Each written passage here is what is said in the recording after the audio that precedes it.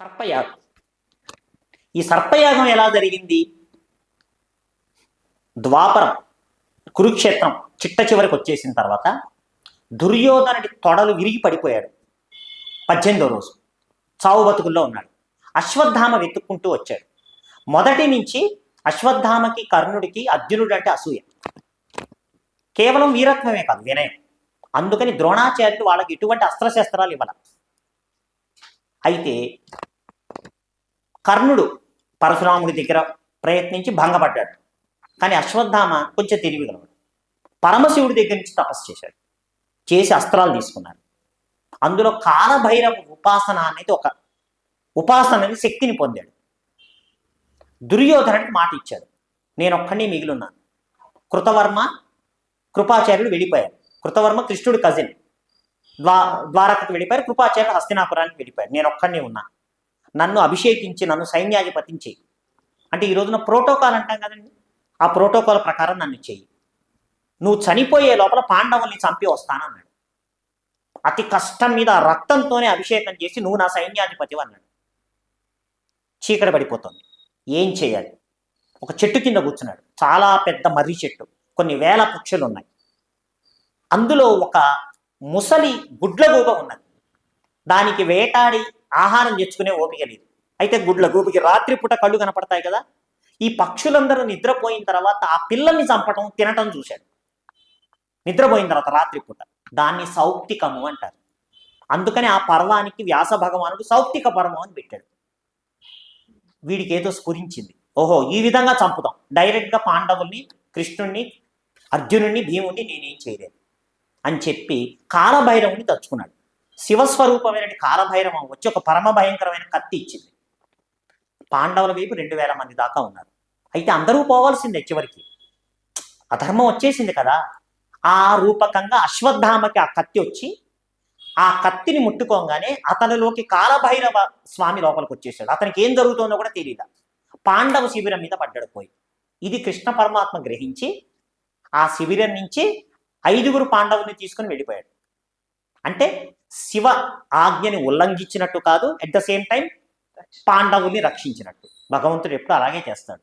ఏదో రకంగా కర్మఫలాన్ని అనుభవిస్తూ మనల్ని తరించే విధంగా చూస్తాడు. లోపలికి పడ్డాడు. ముందు దృష్టద్యుమ్నుని నిద్రపోతున్నామని చంపేశాడు. తండ్రిని చంపాడు కదా. పాండవుల మంచాల మీద పడుకున్నటువంటి పాండవులకి, ద్రౌపదికి పుట్టిన 5గురు కొడుకుల్ని చంపేశాడు. ఉప పాండవుల్ని. వాళ్లే పాండవులు అనుకున్నాడు చీకట్లో. అసలు వాళ్ళెవరు?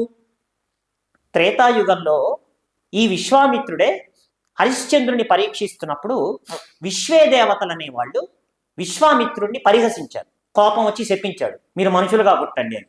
ఏదో కాళ్ళ వేళ బట్టి తప్పైపోయిందంటే చిన్నప్పుడే మిమ్మల్ని చంపేస్తారు, మీరు వెనక్కి వచ్చేయచ్చు అన్నాడు. వాళ్ళే విశ్వే దేవతలు. పితృకార్యాలు చేసినప్పుడు ఆ విశ్వే దేవతని పిలుస్తాం. సరే వాళ్ళు వెళ్ళిపోయారు.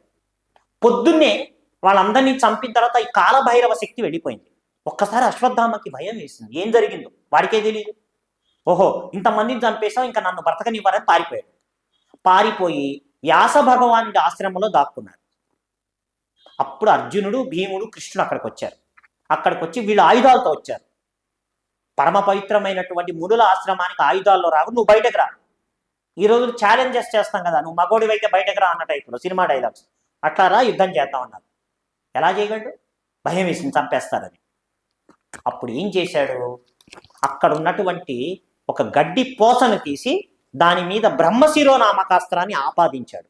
మా మిలిటరీ పరిభాషలో వార్ హెడ్ అంటాం. అంటే మిజైల్ వెళ్తుంటే అది నువ్వు మామూలు బాంబు పెడతావా, యాటం బాంబు పెడతావా.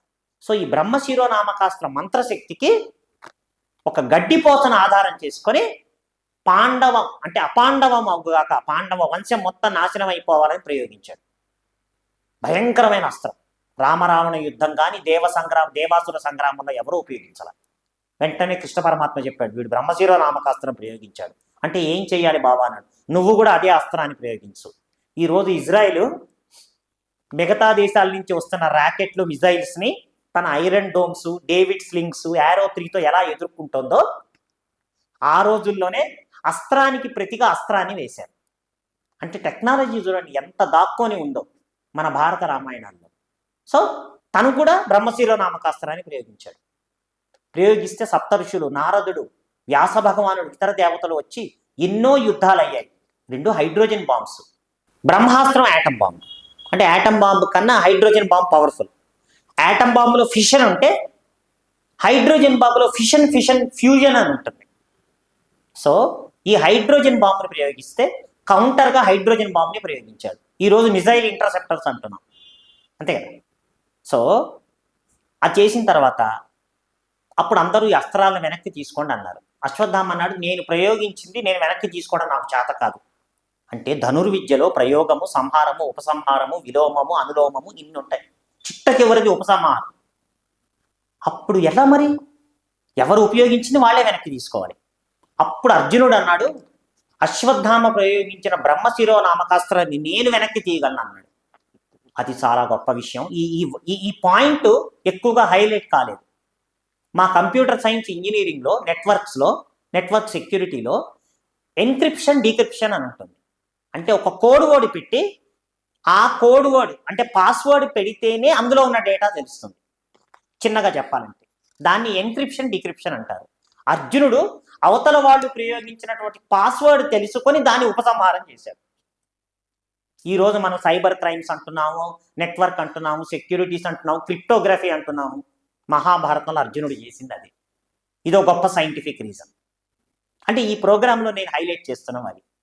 అయితే పరమ భయంకరమైనటి కోపం ద్వేషంతో చేశాడు కాబట్టి ఆ అస్త్రం ఉపసంహారం అయినప్పటికీ అక్కడ అభిమన్యుడి భార్య ఉత్తర 7వ నెల గర్భంతో ఉన్నది. ఈ అస్త్రం ఏం చేసింది? మిగతా పాండవ స్త్రీలు ఇంక్లూడింగ్ కుంతి వాళ్ళ యూట్రస్లు ఎగిరిపోయాయి. ఇదొక రహస్యం. అంటే వాళ్ళు ఎవరికి జన్మనివ్వలేదు. పాండవుల శరీరాల్లో క్రోమోజోమ్స్ ఎగిరిపోయాయి, XY 2 ఎగిరిపోయాయి. అంటే పాండవులు ఏ స్త్రీ ద్వారా సంతానానికి అనలేదు. అంటే ఒక అస్త్రాన్ని ప్రయోగిస్తే చూడండి, ఒక చిన్న లిటిల్ ఫెలో అనే ఆటం బాంబ్ని సెకండ్ వరల్డ్ వార్లో అమెరికాలో ప్రయోగిస్తే హిరోషిమా నాగసాకిలో ఈ రోజు వరకు కూడా గడ్డి మొలవదు దాదాపుగా.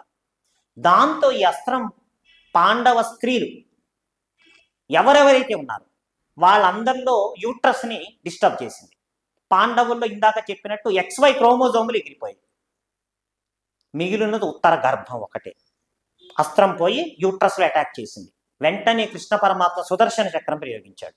ఈ సుదర్శన చక్రం కూడా అస్త్రంలోకి వెళ్ళి ఆ బ్రహ్మశిరో నామకాస్త్రము పిల్లవాడిని ఏమీ చేయకుండా కాపాడి యుద్ధం చేస్తుంది. అంటే ఆ తల్లి ఉత్తర ఎంత గర్భశోకం అనుభవించిందండి. మామూలు గర్భం వస్తేనే మగవాళ్ళకి తెలియదు ఆడవాళ్ళ బాధలు. నించున్నా నా బిడ్డకి ఏమవుతుందో, కూర్చున్నా ఏమవుతుందో, ఎంత జాగ్రత్తగా ఒక స్త్రీమూర్తి బిడ్డను కాపాడుతుంది. అలాంటిది 2 మహా అస్త్రాలు యుద్ధం చేస్తుంటే 2.5 నెలల పాటు ఆ తల్లి ఎలా భరించిందో. సరే, బిడ్డ పుట్టాడు, ఉలకడు పలకడు, బతికున్నాడో తెలియదు, చచ్చిపోయాడో తెలియదు. అంటే ద్వేషంతో ప్రయోగించినటువంటి ఏ ఆయుధమైన మాట అయినా చాలా బాధ కలిగిస్తాయి. అప్పుడు కృష్ణ పరమాత్మ చాలా గొప్ప పని చేశాడు. నా మీద 2 అపవాదులు ఉన్నాయి. దానికి కారణం ఏమిటి? కుంతీదేవి కృష్ణుణ్ణి చేతులెత్తి జోడించి అడిగింది. మేనల్లుడేగా, వసుదేవుడికి 8 మంది చెల్లెళ్ళు, అందులో 5వది పృథ. కుంతి భోజుడు పెంచుకున్నాడు కాబట్టి కుంతి అయింది. అసలు పేరు పృథ.